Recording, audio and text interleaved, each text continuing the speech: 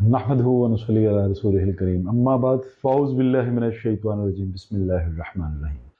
उम्मीद है तमाम दोस्त आप ठीक होंगे, खैरियत से होंगे। हकीम अबू अब्दुल्ला हाज़िर खिदमत है। बच्चों की उल्टियाँ, पोटियाँ, पेचिस बहुत ज़्यादा, मौसम इस तरह का है और चुटकियों में बच्चों का पानी जो है ना ख़त्म हो रहा है। ये मैंने चीज़ देखी। और दूसरे नंबर पे जो है ये मच्छरों की वजह से बीमारियाँ, बुखार, नज़ला, ज़ुकाम, मौसमी बीमारियाँ जितनी भी आ रही है, इवन के टाइफाइड भी जो है ना मौसमी काफ़ी हद तक ना जो आ रहा है। तो मैं ऐसी माँओं से जिनके बच्चे उल्टियाँ, पोटियाँ, पेचिस करते हैं, जिनको पानी भी हज़म नहीं होता, उनके लिए एक छोटी-सी चीज़ अर्ज़ कर देता हूँ, तो आज़माइए। एक खुराक, ज़्यादा नहीं। अगर पोटियाँ रुकती नहीं तो सिर्फ़ एक खुराक बता रहा हूँ, बिस्मिल्लाह पढ़ के 1 चम्मच दे के चेक तो करिए। हरीड़ ज़र्द ले लीजिए, ज़र्द हरीड़ आम मिल जाती है। जानते भी हो कि हरीड़ को लेके जो आपका जो होता है ना बर्तन, कोई भी मिट्टी का ले लीजिए। हम तो घड़े का ढकना लेते थे, हम उसे चपनी भी कहते हैं और ढकना भी कह देते हैं।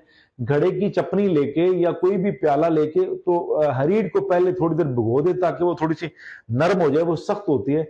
हरीड़ ज़र्द को थोड़ी देर भिगोने के बाद घंटा भिगो दे, भिगोने के बाद आप उसको ना उसी चपनी के अंदर, उसी कवर के अंदर थोड़ा-सा रगड़ेंगे, प्याले के अंदर रगड़ लीजिए। मिट्टी का प्याला, मिट्टी की चपनी थोड़ा-सा रगड़ेंगे तो जैसे बादाम खवातीन रगड़ के ना अपने बच्चों को पिलाती हैं। गाँव वाले ऐसे करते हैं, शहर वाले तो तरक्की कर गए।